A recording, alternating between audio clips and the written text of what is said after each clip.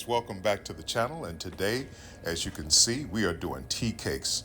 So these are our ingredients: 2 eggs, we have 2 cups of sugar and 2 cups of flour, and a 3/4 cup of buttermilk. We're going to be flavoring it with vanilla extract, and what you don't see on here is that we're going to be also adding some cinnamon and nutmeg. So we also have our softened room temperature butter. So what we're going to do here is combine all of our dry ingredients into the mixer bowl, the silver bullet. So that includes everything. Also, we have a half teaspoon of baking soda. Sorry, I missed that. So that's all mixed into the flour.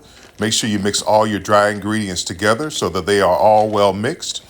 So we're putting in our butter, we're putting in everything except the buttermilk. So your softened butter, your sugar, you're putting in your flour, we're putting in everything into the into your mixture. I call mine the silver bullet. Our 2 eggs, which are also room temperature, we're putting those in as well. As you can see, we're putting in our extract. And again, like I said, I forgot to show this in the beginning. That's our sugar there, our 2 cups of sugar.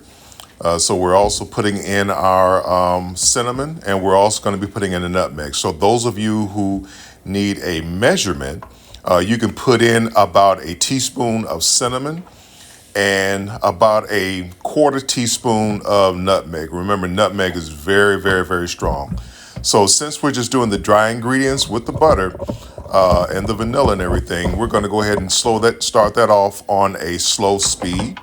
So I'm putting it on about 2. We just want to kind of get the butter mixed in with the flour and whatnot, and it's just gonna mix. That's all we're doing. It's no big deal. As you can see, this is a very, very easy peasy recipe. While you're mixing, or before you start mixing, make sure you put your oven on 350.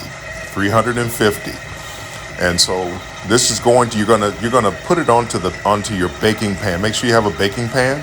If it's not nonstick, you can use wax paper or some sort of nonstick like Pam or whatever the case may be.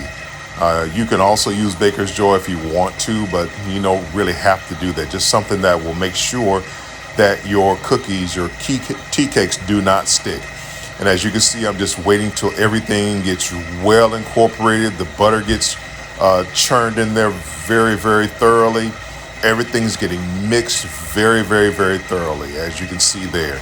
So just take your time. Do not speed up your mixture. Other than that, you'll have a mess all over your kitchen. And listen, you don't want to have this all over your kitchen. You want all that yummy goodness in your cookies. And I'm telling you, if you've never had tea cakes before, if you tried this recipe, let me tell you something.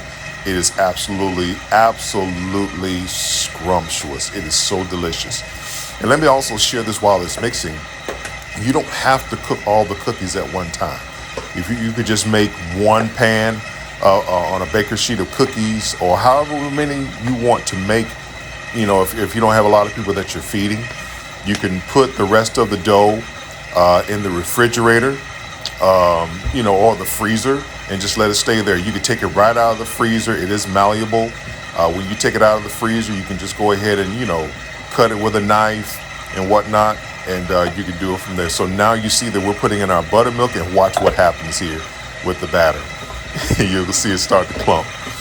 It's going to start to clump, and this is what you want, guys. This is what you want. Make sure you get all that buttermilk out of there so it goes into that batter. You want as much as you can possibly get. As you can see, it is a sticky dough. You're gonna have to turn up your mixer a little bit, because if you don't, your mixer is going to, I don't care how strong your mixer is, it's going to struggle. This is what we want right here. This is the batter that you want. You won't have to mix it long. I could have turned it off right there if I wanted to. It's done. Because you remember, you've already pre-mixed everything. So as you can see, I stopped. That dough is real sticky. You're going to take off your hook, and you're going to cook, brush down that dough into the bowl, because this is what you want. This is exactly what you want. And you could probably smell it at this point. It's not an overwhelming smell. It has a nice fragrant scent to it. It smells delicious. And let me tell you something. If you can, I'm if you good. want to taste these things, let me tell you, it's just a nice, so it's nothing overwhelming. It's a nice, sweet treat, not real overwhelmingly sweet, and things of that nature. As you can see, I showed you my bowl. Now, what I did is I did put this, once I got through mixing it, I put it into another greased bowl, into the refrigerator, covered with saran wrap, for about an hour and a half. You could do 2 hours if you want to. What you want is you want it to be cold. When you get it out, it's much easier to handle at that point in time. And it also doesn't, it won't allow the cookie to spread all over your pan and whatnot. As you can see, I'm just using what we call a draw teaspoon, which is just a regular spoon out of your drawer. And that's all I'm using. You can use an ideal thing to use as a scoop, or a ice cream scoop to get those out. It's much easier. You can also roll these in your hand. I just didn't do it because I like my cookies. I don't want my cookies to look the same all the time, and whatnot. So there was a time that I did and whatnot. This is probably about my fifth or sixth time making tea cakes. They're so delicious. Why do they call them tea cakes? I don't know. But I know, from a cultural standpoint, it was a very easy, inexpensive way to make something sweet for your kids or your guests or whatever the case may be. You didn't have to spend a lot of money.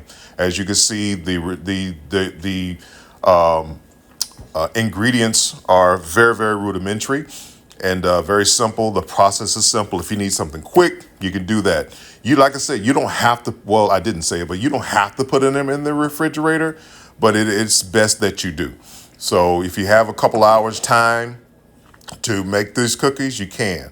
So as you can see, I'm showing you how much I'm putting in the spoon, and each character will have its own character to it. It will have its own shape and whatnot. And that's what makes things look homemade, that they don't look like they're uniform. As you can see right now, I'm also pressing these down a little bit, so that they can cook evenly inside the oven.